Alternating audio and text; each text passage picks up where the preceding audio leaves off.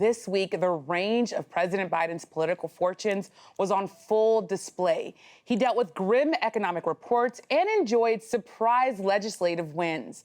On Wednesday, the Federal Reserve took another aggressive step aimed at tackling inflation. It increased interest rates by 0.75 percentage point.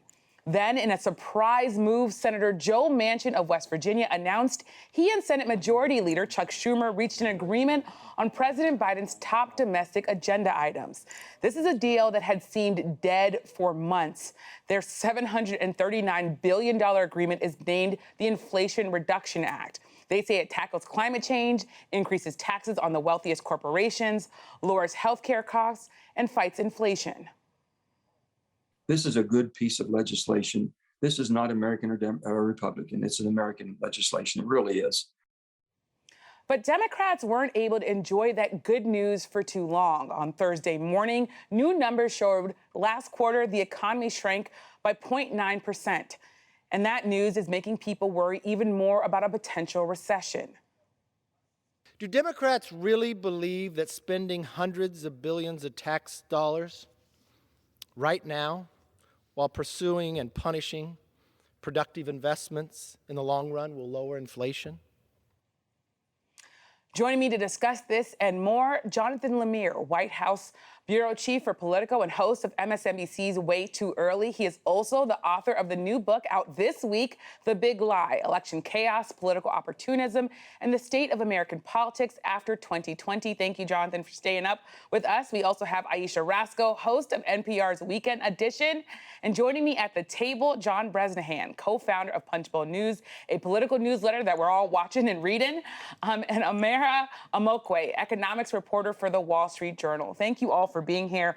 When I saw this week happening, Amara, I was like, where are you? And can she come on the show? Because there's just so much going on, right? You told our producers that the driving theme of this week was whether or not we were in a recession. President Biden has been saying we're not in a recession, but of course, the GOP has been saying we're in a, quote, Biden recession. So ultimately, who decides if we're in a recession? And practically, what does that mean?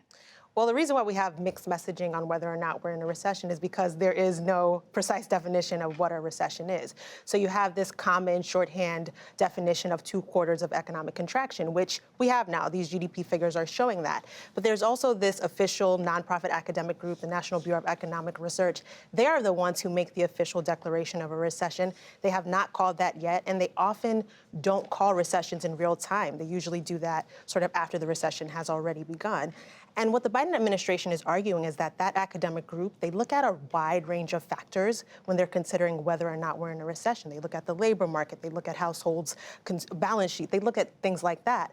And when you look across the economy, there are still some signs that things are going well, but of course there are other signs that things are slowing down, and so there's really that tension there. And you talk about the tension that's there. There were a lot of economic developments, as you just said, the GDP, the Fed hikes. I wonder when you just think about sort of, if you're a regular American who's watching all this, wondering what's most important and how does that impact everyday Americans who are just trying to survive, what would be the answer? Well, Americans overwhelmingly say that they are very concerned about inflation, right? They're concerned about the higher prices they're seeing for everyday staples like food, like gas, like rent. A lot of Americans are feeling that pain. And we see the Federal Reserve responding, as you said, sort of ratcheting up their response to try and bring down inflation. That, by far, is going to be the most important factor in the months to come about where inflation goes and where the economy goes. And part of what's driving these recession fears is that what the Fed is doing could slow the economy to the point where we do see a significant economic slowdown, where we do see a recession. Now, the Fed has said they're trying to avoid that. They're trying to cool inflation without causing a recession, but there is some fear that they won't be able to pull that off. Yeah, and talking about pulling things off, John, this was a big week in Congress. I was shocked when I saw that I just want to say the deal appears to be stricken because you always have to sort of couch things. I've learned that from my friends at Punchbowl News, that nothing's done until it's done. But tell me a little bit about what you're hearing from both sides, Democrats and Republicans, about this reconciliation deal and its significance. Yeah, you had it in your lead-in. Senator Manchin and Senate Majority Leader Chuck Schumer inked a $740 billion agreement. It's not finalized. It's still being reviewed. There has to go through a technical review process, and then the Senate will take it up next week and start voting on portions of it. There'll be amendments. There'll be a real long process to do. It's going to take a couple weeks to get this through Congress. Maybe they finish in the Senate next week, maybe the week after, and then the House comes back. But this was a shocker. We didn't see it coming. Manchin had walked away from some negotiations for the second time just recently. But he kept saying I'm still at the table, I'm still at the table. And he'd walk by us in the Capitol and we're like, yeah, okay, you're still at the table. But we didn't believe him, I talked to him for 20 minutes the other night. He just said, he really wanted to make a deal. He'd always wanted to make a deal. He knew what everyone was saying about him. He was completely aware of what progressives and Democrats were saying about him. But he never felt he had gotten in the place. But he gave credit to Schumer, and Schumer does deserve credit. He stayed with him, even when the White House was fed up with Manchin, and President Biden, was not happy when Build Back Better fell apart. But Manchin got to a place where he thought there could be a deal. He was comfortable with what he'd seen. And he feels like the country needs this kind of deal right now. And a quick follow, you mentioned Build Back Better. What's the name change? What's in that? Well, it's funny because we were calling it, we had nicknamed this Build Back Manchin, and he didn't like that at all. So they're calling it the Inflation Reduction Act. Is it basically the Build Back Better Act? No, it is not. There are elements of it. There's Medicare prescription drug negotiations. There's some corporate tax increases, or corporate minimum tax. There's 3 years of Obamacare subsidies. There's a huge investment in climate change and energy credits. There's some very interesting energy tax credits on that. There's something on carried interest. This is for very wealthy money managers. So a very big bill with a lot of stuff in it. And Jonathan, of course, I have to come to you. What's the White House strategy here when you think about the fact that President Biden was at the podium at the White House saying this bill is going to reduce inflation? Well, they know that inflation is still top of mind for most Americans and probably still the defining issue heading into these midterms in November. And you just laid out there the mixed economic picture we have in this country right now. But the White House, let's just put their cautiously optimistic, cautiously gleeful at the possibility that they can get this bill done. As John just said, the president was so frustrated with Joe Manchin when he blew up the process back in December and did so on Fox News, which really rubbed a lot of people in the West Wing the wrong way. And certainly the White House never quite gave up hope, but they deferred to Schumer here. The president was hands off, much like with that gun legislation that got done a few weeks ago, thinking that his presence might be a problem even at times. Schumer and Manchin were the lead on this, but Schumer, of course, stayed in close touch with the White House as it went. And they were so very pleased that they're on the precipice here of getting this done. And obviously, we're still looking at Senator Sinema of Arizona, who seems to pride herself in being an enigma, and she has not yet committed to support this legislation. But if it does go through, not only does it give Democrats something tangible to run on going into this November, but it changes the fortunes for this president as well, who it was just about a year ago when the Afghanistan withdrawal went poorly and the Delta variant showed up, that at that point, President Biden had a really strong first 6-7 months in office, and then things went off the rails, and the White House has struggled to find its footing since. But this would be a significant win, one along with the bipartisan infrastructure deal, along with that first COVID relief package. And suddenly, White House aides are saying the entirety of the presidency so far would be transformed. Yeah. And Aisha, I want to come to you because Jonathan says the White House is cautiously gleeful. When you look at the American people and you look at the polls, they're not cautiously gleeful. What are you hearing from your sources about what everyday Americans are feeling in this economy and how this legislation, this deal might change that? Well, everyday Americans, and we've talked to a lot of them on Weekend Edition about how their prices are going up, whether it's for gas or whether, it's their energy bills. All of these things, they're feeling the strain. Like they want to know they're having a hard time getting by. They're working multiple jobs. They're trying to just figure out how to make it, and they feel like they can't. I think this bill is going to be a very big deal if it passes for Biden's political future. But the thing of it is that it's going to take time for these things to be implemented, for them to make a difference. Whether they're going to make a difference before the midterm is really unclear. And it's not clear that it's going to make a difference in people's pocketbooks immediately. And that's what they want. They want relief. People want relief, Amara, as Aisha just said. How much power, how much influence can the White House and Congress really have on inflation?